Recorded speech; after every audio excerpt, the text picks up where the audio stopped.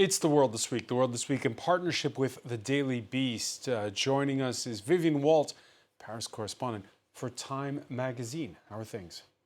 Quite a week. Quite a week indeed. Our former correspondent in Beirut is with us, France 24 news anchor, Nadia Massi. Good evening. Nice to see you. Thanks for being with us. Thanks as well to France 24 correspondent Dave Keating in Brussels. How are you, sir? Hi, Francois. Nice to be here. You can, by the way, listen, like, and subscribe to The World This Week on Spotify, Apple Podcasts, and other fine streaming services. First came the shock, then came the horror, and now the escalation. Israel's government had been putting the squeeze on the West Bank when the unprecedented attack came last Saturday from Gaza, stunning the world and targeting the innocent. I was going in the middle, just in the middle, and I was lying in the floor. It was the second hidden that I find. And they were just all around me. And they were going tree by tree and shooting everywhere from two sides. And I saw many people, people were dying, all around. That was one of the festival goers, Vivian Walt, at that festival that was taking place in the desert of southern Israel near the Gaza border Saturday. 260 killed. That's exactly twice the number as the night here in Paris in 2013 in November. And that was just one site of the killings. I mean, we have more than 1,200 Israelis dead now, or maybe it was 1,300. I mean, the numbers have been rising day by day, and there are a number of seriously wounded people in the hospitals. There is a good comparison to be made to 9/11. It is a seismic psychological shock from which this country is not going to recover anytime soon. 9/11, why? Because it's kind of what they call a black swan moment, this thing that's so unexpected? You know, it wasn't that unexpected.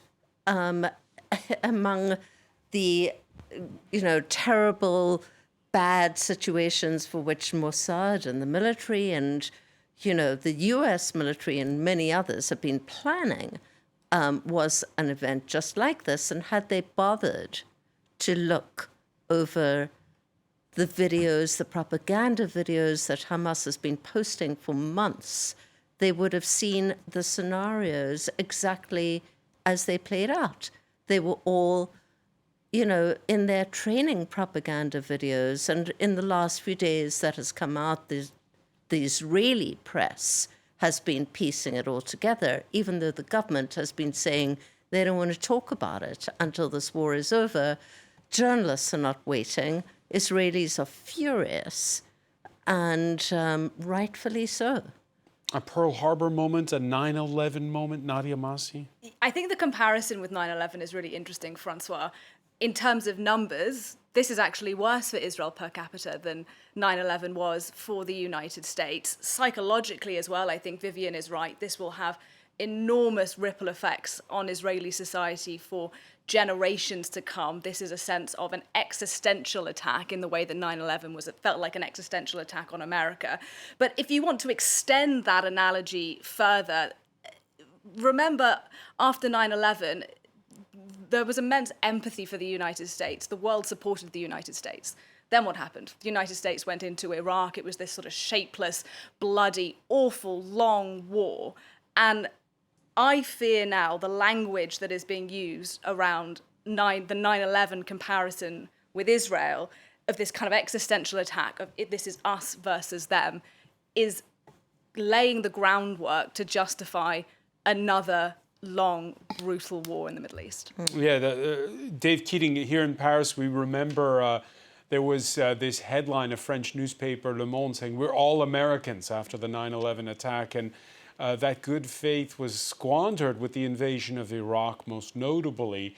Do you share that sentiment? Because that was a question that was put to the U.S. Secretary of State, Antony Blinken, whether he had spoken with Benjamin Netanyahu about the lessons of history. Yeah, I think Nadia hit the nail on the head there, that in addition to the shock of this being similar to 9/11, there's also what we think is coming next. And we know from 9/11 what came next, that, as you say, the world had great sympathy with the United States, and many say that sympathy was squandered by the foreign policy misadventures that came after. I think where the analogy maybe meets its limit, though, is that, of course, Israelis live in a constant state of threat and a constant state of fear. And I was in New York City when 9/11 happened. I can tell you I was not expecting anything like that. Nobody was. We didn't think anything like that was possible. I think for Israelis, they are always living, they have always lived with this level of threat. I think they had maybe in recent years, because of Iron Dome, because of security policies, because of messages coming from the government, started to think that they were impervious to this now. But I think for sure, Americans would have been hit harder by 9/11, just the shock of it, because they didn't even know that they were under threat. They didn't even know that there was a group that hated the United States and was planning terrorist attacks. Most people didn't know that. And of course, Israelis constantly live with that knowledge.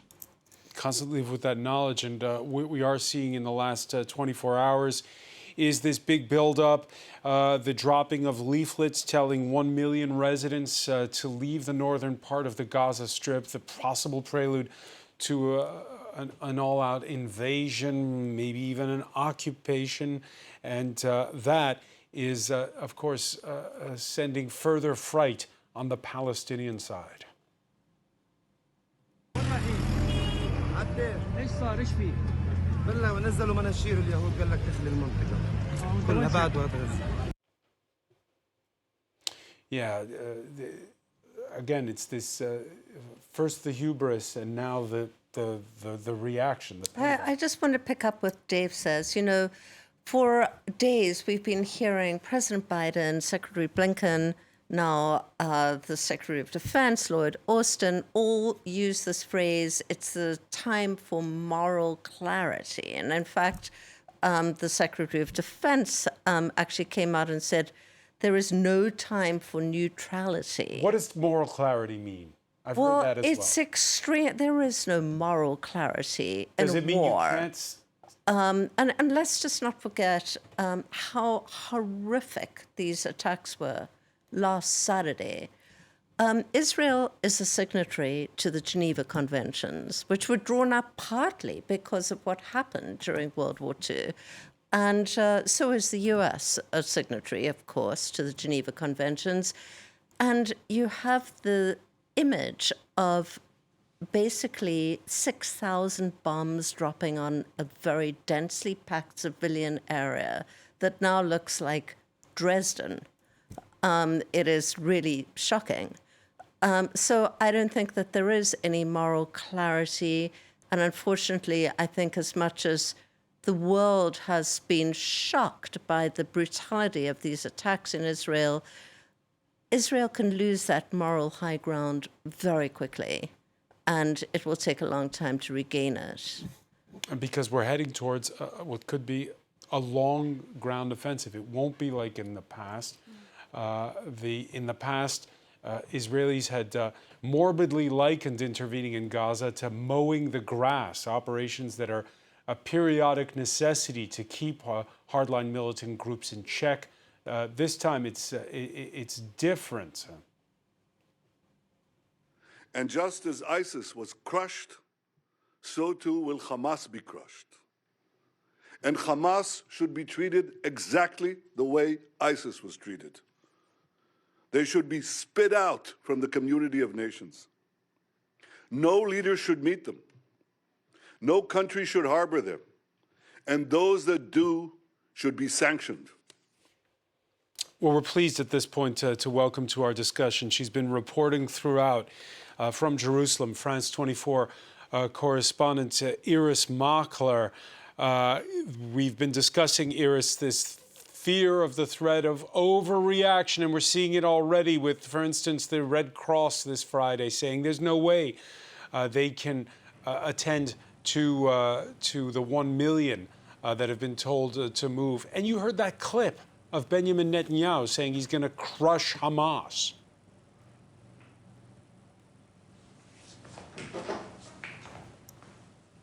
Iris, can you hear us? All right, we seem to don't have the. Yes, I can hear you. Can you hear and see me? We can hear you. We can see you clearly. Did you hear my question? Oh, okay. So I didn't realise it was addressed to me. You're asking me about whether. Whether we're in this moment now, where we're in this moment now where we're waiting for the possible ground invasion, where the UN, the International Committee of the Red Cross, saying they cannot attend to the Palestinians, and where all that good faith towards Israel might be squandered fast. And it's going to be a possibility, listening to Benjamin Netanyahu, if he really wants to crush Hamas, of a long conflict. You know what I was thinking about the fact that they want 1 million people to move. You can't move 1 million people or even 100,000 people with the kind of bombing that's going on. There would have to be a pause in that bombing.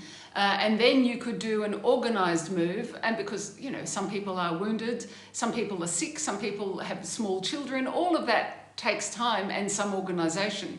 And so I think if they really want to move 1 million people, they would have to coordinate it with Israel and with the United States, I guess. And in that case, perhaps other humanitarian issues could come into play. Because I think Israel's aim is, to me, the more I listen now to Israeli officials, it's quite clear that what they want to do is to go in and to go under. You know, they want to get to all those tunnels that are they believe to be under Gaza City. They want to clear them of material. They want to clear them of Hamas militants. And they don't want civilians involved in that if they can avoid it. I guess, as I just heard an American official say, they want to separate out the human shields. And Hamas would say, and many Palestinians would say, this is in effect a second Nakba, a second catastrophe day. And that's got a huge psychological impact and cost in the Palestinian society. So yes, I do think that this is a sign, if we needed more evidence, that a ground offensive is close. But I think they also may take into account the difficulty of the move and may try to use it perhaps for the release of some hostages and the movement of Palestinians. We're showing up on the screen while you're speaking there a map of what some of the main tunnels were back in 2014. So that was 9 years ago. Can Israel do it, what you're describing? If there are no civilians, let's say it was a civilian-free zone, then yes, I think they could do it. Because it's a war between two parties. Israel has spectacular air ability for airstrikes that are targeted, and it could hit one tunnel, blow that up, go in afterwards, mop that up. I could see that as a possibility. I'm not a military person, but I had an off-the-record briefing that seemed to imply to me they believed that would be possible. The problem, of course, is that Gaza is one of the most crowded places on earth. The place is full of rubble. If anybody, even if they could all get out, it would take them days. And there's ongoing bombing. So none of that is practically possible. But a military solution in their terms, I think they could see it if there weren't civilians in the way. You know, we started the show comparing with past cataclysms. And have we seen this movie before, or is this something completely different, Nadia Massi? It feels to me that it's of another magnitude. You know, when we're talking about can Israel crush Hamas, I think it's worth saying that Israel has tried to crush Hamas. Israel tried to crush Hamas in the 2008 war. It tried to crush Hamas in the 2014 war. Probably we are looking at something of a far bigger scale here. But in both of those cases, what happened after those brutal conflicts, not only did Hamas fighters continue to be able to fire rockets at Israel, but the sense of anger in the Gaza Strip only got worse. The sense of injustice only got worse. And I tell you something, the Israelis may go and they may flatten the Gaza Strip, but So that desire of the Palestinians to rise up and resist won't go anywhere. And some of those fundamentals have to shift if we want to really change what's happening. So are you saying that in the Hamas Palestinian has already won in a way, in the sense that we have an increased, what we'll have is just increased resentment and increased radicalization? Some talk about a war, a clash of civilizations. I mean, who knows what Hamas wanted to get out of this? But yeah, a part of me thinks, at a visual level, Hamas, by their own metrics, have done well. The optics of bringing Israelis across the border on motorbikes, opening the fence and letting Palestinians out of the enclave.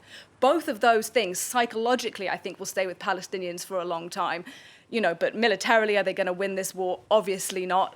Hamas will crush the individuals, but the idea, I think, will live on. Dave Keating, you're in Brussels, which, like Paris, was a target for those wave of terror attacks that we saw a few years back. The radicalization, the polarization of public opinion, is it inevitable? I think so. I mean, we're seeing it not just in public opinion, but also among countries worldwide, and even here within Europe. Every European Union country condemned the attacks and expressed support for Israel. But whether or not that support should be conditional has been a big debate among politicians and among the public. I mean, this is a topic that is being discussed everywhere I've been here in this town, and you hear a lot of different opinions. I think that this city, having lived through pretty bad terrorist attacks in very recent memory, does give people a sense of they can relate a bit to what's happening, and it helps people see the humanity and sympathize with the victims of the terrorist attack. And of course, watching the footage and hearing the descriptions of what people went through at that rave in the south of Israel, of course, you couldn't help but think of the Bataclan attacks. People just one moment living their lives, having a fun night out, all smiles, and then in a moment, everything changes and it turns into a living nightmare. I think that's also something that the citizens of Paris can relate to very well. Earlier, we heard Vivian Walt saying that the Israeli government for now says it doesn't want to do forensics on the intelligence lapses that we're seeing. And after days of bargaining, Benjamin Netanyahu agreeing Wednesday with the opposition on what's called a national emergency government. It brings together in it the former Army Chief of Staff Benny Gantz into the war cabinet. It's a moment of national unity up to a point at the Be'eri kibbutz, where more than 100 civilians were slaughtered. Well, there's open bitterness. One of the members of that kibbutz who spoke to France 24 and has 10 of her relatives who are missing is angry with authorities. Authorities haven't helped us with anything. They haven't reached out. They haven't spoken. This whole everything that is happening is in this house. We're doing it. We're collecting all of the people, the friends, the family, whoever has contacts, people from all over the world. We're trying to reach out to as many places and as many key people that can help us to bring them home safely. Iris Makler, you were telling me how on Israeli radio people have been openly venting all week. Yes, I mean, there's two things that go on. First, they run an open hour where people ring and say, this is my daughter, this is her name, this is what she looks like, here's my phone number, if you've seen her, please call me. So there's that heart-rending description of someone who you love, who you just can't locate.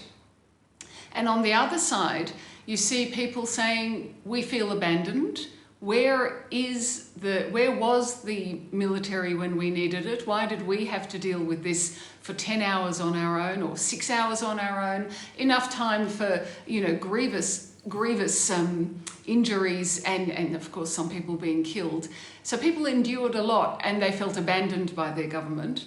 And in some cases, when a politician dares to put his head above the parapet, there aren't many of those, but when some do, all the public there, I've seen footage of people just turning on them and saying, you've done this to us, you've spoilt this country, you worried about ridiculous things and weakened us, and when we needed you, you weren't there, you're going to have to resign at the end of all this. So there's a lot of anger, and there's a lot of feeling of betrayal, and there's a lot of heartfelt sorrow, which I actually saw just today at another gathering of people who just endured too much for an ordinary civilian.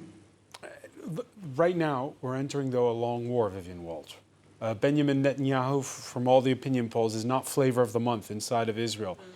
But after this long war, will people calm down, and will he survive one more time? I mean, maybe Iris We've written him off before. Have we? Not like this. In fact, it's astonishing he actually is still in office and hasn't resigned at this point. But it's just, he is absolutely partly responsible for what happened. That's, I think, clear. All the political focus, energy, military resources were going to the West Bank. All the focus was on the settlement expansion plan, protecting the settlements. And Gaza, I mean, shockingly, we learned this week, was effectively protected by remote high-tech borders, much of it which was not even manned. It was all remote. Hamas has been planning this for a long time. The problem is Hamas has also been planning for the aftermath. And I think Israel is walking right into the trap that Hamas has already played out the next 10 moves. For a long time. The French investigative news weekly, the Canard Enchaîné, reporting that French intelligence flagged this 9 months ago, flagged it back in May, excuse me, but that we also had this intelligence briefing on Capitol Hill that the Egyptians warned the Israelis. What's that? And apparently, reading, I don't know if Iris saw this today, reading Haaretz this today, they had a piece saying that there was a flurry of phone calls between high-level security and intel people in Israel the night before the attacks, that they sensed that something was afoot, but they made the decision not to raise the alert level on that night for some reason or another. Is that hubris, Iris Makler? That's the question that's being asked here. I've heard a couple of intelligence, people who used to do these jobs in the military and in the security services saying it's incomprehensible to them, actually. And everybody that starts down this path says, we don't understand, other than that they took their eye off the ball. There were an enormous amount of attacks against the military from within this right-wing government. And every time the military warned the government about anything, let's say all this protest that we may now have seemed to have forgotten but was tearing this country apart before this weekend, every time there was a warning from the military, the government accused them of being leftists in league with the protesters and didn't really focus on the content. So the military sidelined and not listened to. Most of the battalions that day are up in the West Bank. They're not down on the Gaza Strip. Everybody who was on the Gaza Strip, that one battalion from what I've read, were mown down. And in pour hordes of very well organised militants. Israel says it's found 1,500 bodies. A couple of hundred went back, a couple of hundred were captured. Let's call that 2,000 militants pouring in and meeting almost no opposition. So the question that they keep saying will be answered by an inquiry after the war is, how did all that happen? Why was the intelligence so poor? Why was the military response so slow? Which is a question I still can't wrap my mind around. Let's say you didn't know. Once you do know, get down there. No, it took hours. So those are questions for a post-war inquiry. It's said here every time the issue is raised. Now they have to win the war. That's how they're playing it. And Netanyahu, you'll be interested to know, every time any question of ministerial or prime ministerial responsibility is raised, somebody puts out a statement explaining that he only learnt about any threats at 6:29, and the attack began at 6:30 a.m. And after that, he was on the case. So you can see he's already constructing his defence for the day after. Yeah, in the meantime, Israel's got to keep its eye on several quarters. Where this Friday, a fresh firefight. There's been some all week at the northern border with Lebanon. Salvos testing the water, say observers. This one particularly tragic for a Reuters video journalist has been killed on the Lebanese side. 6 other reporters injured. On Thursday, Israeli fighter jets bombed the airports in Damascus and Aleppo. Iran's foreign minister happened to be in Beirut this Friday. Tehran denies reports that it orchestrated Hamas's attack. This after the Wall Street Journal, citing 3 sources, pointed to a final meeting that took place a week ago Monday, before that attack on Saturday, in the Lebanese capital. So what's going on in Lebanon and what's going on in Tehran, I guess, are the questions, Nadia Massi. Huge questions. I would say my calculation on Lebanon until, perhaps about an hour ago had been that, relatively speaking, the Israeli-Lebanese border was within the rules of the game there, within the rules of engagement. Yes, there have been some skirmishes. Yes, there have been a few lives lost. But that happens on that border, and we haven't seen this mass Hezbollah attack towards Israel. And yes, and we still haven't seen it, says we our still reporter. haven't seen it. And let us, I think that the test for that, the moment for that will be if and when there is an Israeli ground invasion into Gaza. Will that be the moment that the might of Hezbollah properly attacks Israel?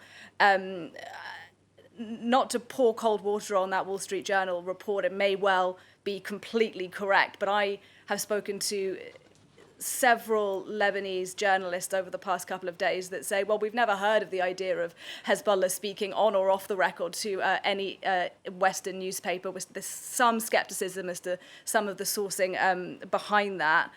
But yes, you're right. Hezbollah is there. It is ready. Go ahead. I was going to ask you because, and you forgive me for going back to the 9/11 analogy, Yes. but one of the striking things that unfolded during 9/11 was that you could say that ISIS succeeded beyond its wildest dreams, perhaps even too much for the militant group to handle, Al-Qaeda, at the time, to handle. And you have this situation where could Iran have wanted to stir the pot, make some mischief, but not expected it to be this? I mean, it's such a good question, and obviously we don't know, but my speculation would agree with you that perhaps this went better, in inverted commas, than Hamas and the Iranians had planned it to. As our correspondent Iris Makler was just saying, it is absolutely extraordinary the level of intelligence failure in Israel on Saturday. How they didn't know that this was going to happen despite the warnings from countries like Egypt is remarkable and is shocking. So yes, perhaps they didn't expect it to go quite as well as it's done. Just one point though on the bombing of Damascus airport. It's interesting to note that the Iranian foreign minister was supposed to fly to Damascus the day that took place yesterday. He then had to fly to Beirut, and he's probably going to travel by land. So that may have been part of the reason why we saw that attack on the Damascus airport yesterday. Interesting. And we have seen that when Egypt attacked Israel 50 years ago, the current occupant of the White House was 9 months into his first term as a U.S. senator. He's still in Washington. Hence the emotion in Joe Biden's voice when he made his first public address last Saturday, standing by Israel and sending a not-so-veiled message to Iran and its proxies. An intelligence failure in the lead-up to this attack. Mr. President, can you tell us what Phoebe asked you specifically for support? All right, we'll play that clip perhaps later on. Joe Biden, Dave Keating, saying, make no mistake, that the U.S. will retaliate. In fact, it's sent its largest aircraft carrier. Your thoughts and the view from Europe on how the U.S. is reacting in this crisis? I think it's been notable that Biden's statements have been very strident, and the support that he's expressing for Israel to defend itself has not been attached to any type of conditions. He doesn't talk about not escalating the conflict. The word de-escalation has basically been banned by the White House. We've seen a similar tack taken by the European Commission president here in the EU, Ursula von der Leyen, not using the word de-escalation, not focusing on the laws of war. However, that strategy is not shared by all EU member states, and we've seen the EU Foreign Affairs Chief, Joseph Borrell, who corrals all of the different 27 foreign ministers, has been sounding a very, very different note this week when he said that the rules of war have to be followed, that he said Gazans cannot be denied food and water. The contrast there between those two EU leaders, the foreign leader and the president, has been quite stark.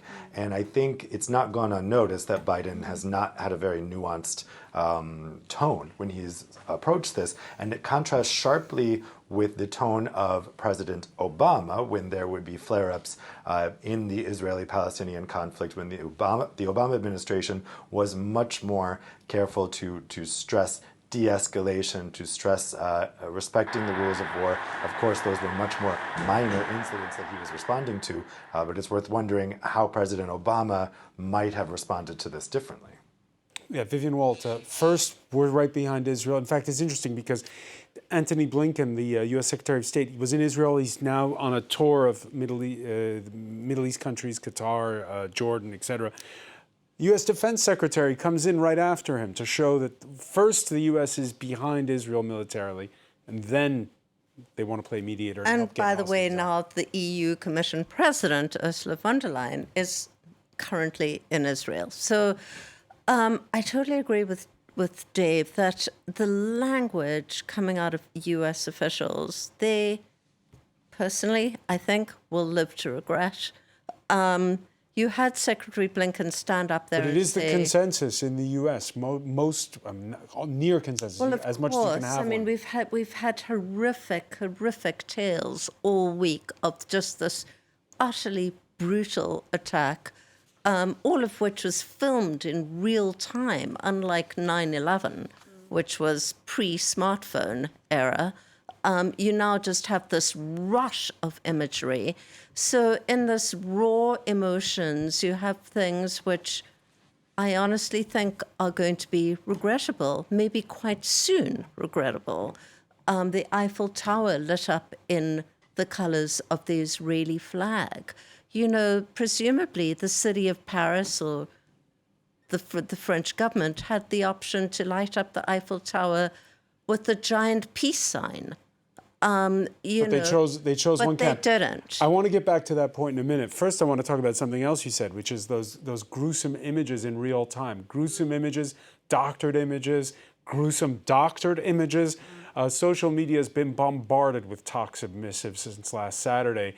The EU commissioner in charge of digital affairs making use of a new regulation, the Digital Services Act, it's called, to warn the social medium formerly known as Twitter, Facebook's parent group Meta, and China's TikTok. Dave Keating, what will warnings and ultimatums from Thierry Breton get us? That's what we're wondering. So we saw this kind of incredible back and forth on X between Commissioner Breton and Elon Musk this week. It got quite heated and quite nasty. But the commission has stuck with the deadline they imposed. They said Twitter needed to come to them to show them what they were doing to stop the misinformation, stop the gruesome images. And Twitter basically didn't, as far as we understand it, Twitter X. And so now the commission has contacted X saying they're going to take further action. But what is that action? So 6% of X's value can be fined, which would be an incredible amount of money. That would be a very significant fine. On the other hand, we've heard rumors that Elon Musk could just block X in Europe. I think that would be an interesting move at a time when a lot of people are leaving X for other platforms. I'm not sure from a business perspective that would make a whole lot of sense. We're waiting to see whether the commission, I think the key question is, are they going to actually try to levy this fine? It would be the first attempt of trying to use this very new law, the Digital Services Act. Iris Makler, in any conflict, you know the old saying that truth is the first casualty of any war. You have to sift through so much stuff that has to be verified and checked. Do you feel this time as though it is much worse? I don't know if I feel that it's much worse, although I'm aware of all the Twitter algorithms, X algorithms, I still think of it as Twitter, the Twitter algorithms pushing stories and angles and images that are not correct or that are from other conflicts. I do see all of that. Is it worse than it's been before? I think since Elon Musk took over Twitter, I have noticed that when I'm following Ukraine news, it's not as easily accessible for me, the reliable sources that I want to see, that a lot of other stuff is coming my way. I know who I want to follow on this conflict, and I'm speaking to people on the ground, and I'm listening to all the possible and watching all the possible media here. I don't need that in the same way, but I do understand from people who aren't here, me doing my job, that just what comes into you if you're an ordinary Twitter user is pretty dodgy often. And I tell you what's been extraordinary to me about social media this time is how much the militants who came across were filming themselves doing things that are actually war crimes and happy to upload it to Twitter or to other social media sites for everyone else to see too. So most of what we know about this is from the perpetrators. It's not from the victims, and that's quite unusual to me too. All right, whenever it blows up in the Middle East, passions run high here in France, a country that's home to Europe's largest Jewish and largest Muslim population. Adding to the tensions this Friday, the fatal stabbing spree at a high school in the northern city of Arras, a knife attack by a 20-year-old former student. It's really akin to the one that felled nearly exactly 3 years ago, a social studies teacher in the western suburbs of Paris. He is under arrest. A teacher is dead. 2 other staff are in critical condition. Vivian Walt, we don't know yet what the motive was. This is no, of course not. And you know but it is shocking, the French, and there is this context. Absolutely, and the prosecutor is due to speak in half an hour or so. So hopefully we'll know from the prosecutor's standpoint what the details are. Certain early details are that he was on the so-called S list, which is the list of suspected terrorists. He was questioned on Thursday, so that's going to provoke questions domestically. Right. For radicalization, suspected radicalization. There's also a detail that he is thought to be Chechen, meaning that he's likely or Muslim. Ingush, I'm now told, but we don't know yet.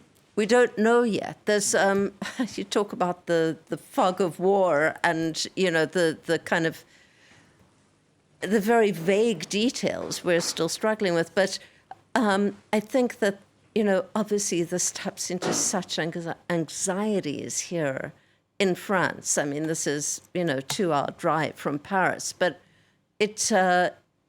And that brings us back to what you were talking about, moral clarity and this question of whether you equivocate or not. I'll give you one example, Nadia Massi, the Israeli actress Gal Gadot, who played in the Wonder Woman movies. She put an innocuous statement out on Instagram bemoaning the death of innocent civilians on the Palestinian side and the death of innocent civilians on the Israeli side. And Israelis came at her like a ton of bricks. And she retracted and even issued an apology saying if I was misunderstood, I'm sorry, effectively. And you have again the Eiffel Tower lit up in the blue and white of the Israeli flag. On Thursday evening, Paris's Place de la République, you had several hundred who took part in a pro support for Palestine demonstration that was banned. Yeah. In fact, they're all banned in France. The Interior Minister says there are possible concerns for public order. It's interesting because a similar demonstration or rally that's due to take place Saturday in London, that's not been banned. What's going on here? What's the difference? I mean, it's interesting what is happening here in France, definitely, Francois. And I think, there needs to be a clear separation between a protest in support of the Palestinians to criticize what the Israeli government is doing right now and acts of anti-Semitism. I mean, we've heard here in France in the last week there's been soaring cases of anti-Semitism, over 100 acts reported in since what happened over the weekend in Israel.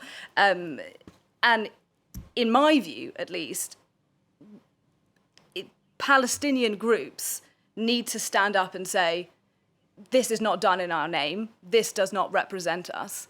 But at the same time, Palestinians need to have a space to mourn and to grieve what is happening to their people in Gaza, and therefore banning their protests, fuels this sense that their lives are of less value, that we don't mourn them quite in the same way. That is, of course, amplified when the Eiffel Tower is lit up in the colours of the Israeli flag. I mean, what would it take for the Eiffel Tower to be lit up in the Palestinian flag? It would never happen, would it? The French left is tearing itself apart right now, and one French left-wing politician saying that whenever this happens in the Middle East, Jews feel scared and Arabs feel humiliated. I mean, I understand that. I understand that a lot, and I think right now what this conversation needs is a huge amount of humanity and a huge amount of nuance, because when politicians talk in the way that they have sometimes spoken here in France over the last couple of days, Joe Biden as well, giving Israel effectively a carte blanche to carry out what it is doing in Gaza, that generates a huge amount of anger among Palestinians, also among Muslims more generally. And yes, Jews feel that threat as well. That is really serious, and that has to be tackled. And as I say, I think Palestinians need to call that out more explicitly. Dave Keating, the left here in France tearing itself apart. The far right was represented at that rally in support of Israel on Monday night.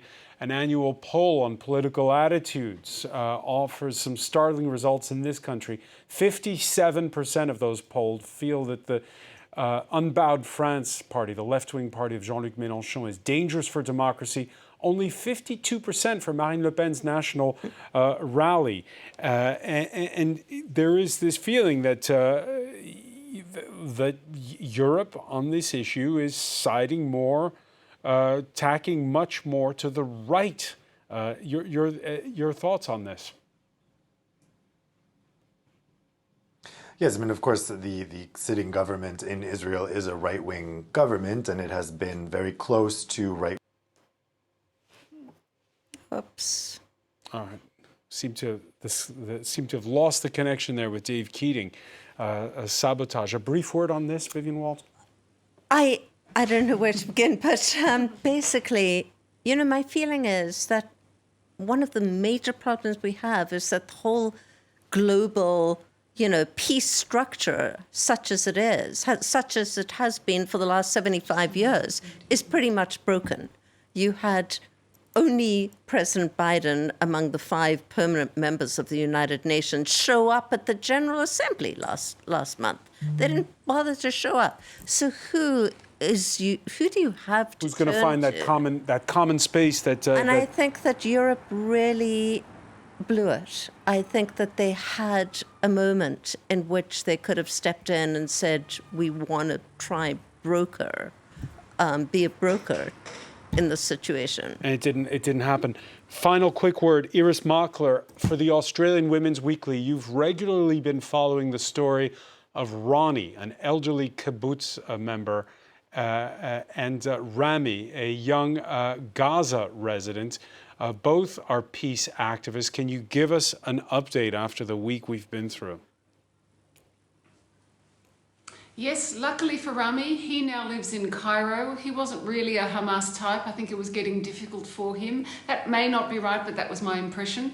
And Ronnie still lives at the Gaza border and was caught up in all that terrible attack Her daughter was hiding in a closet with her children and her dog for 4 hours while people were marauding through her house. For some reason, they didn't find them in the closet. They went next door and killed the people there instead.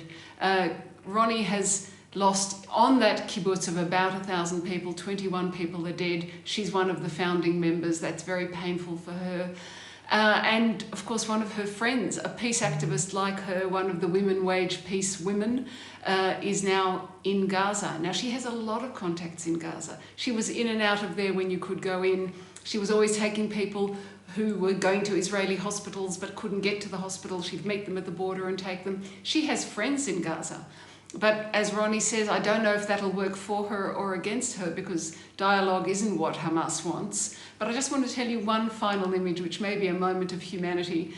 They were all at a place, they aren't in their homes. I went and saw them at a place near Tel Aviv where the state was putting them up. And there was a woman singing for them. And what she sang this incredibly beautiful lyrical song of hope that is in Hebrew. And then she started singing it in Arabic. And it was so moving. I can't describe how moving it was to see these people, these broken people, listening to this song of hope in Hebrew and in Arabic. And honestly, I was in tears. I really try to hold that at bay as a journalist, but I really was in tears. So that's my moment of humanity for you for the end of this program. And we do need a moment of humanity. Many thanks, Iris Machler in Jerusalem. I want to thank Dave Keating in Brussels, Nadia Massi, Vivian Walt. Thank you for being with us here in The World This Week.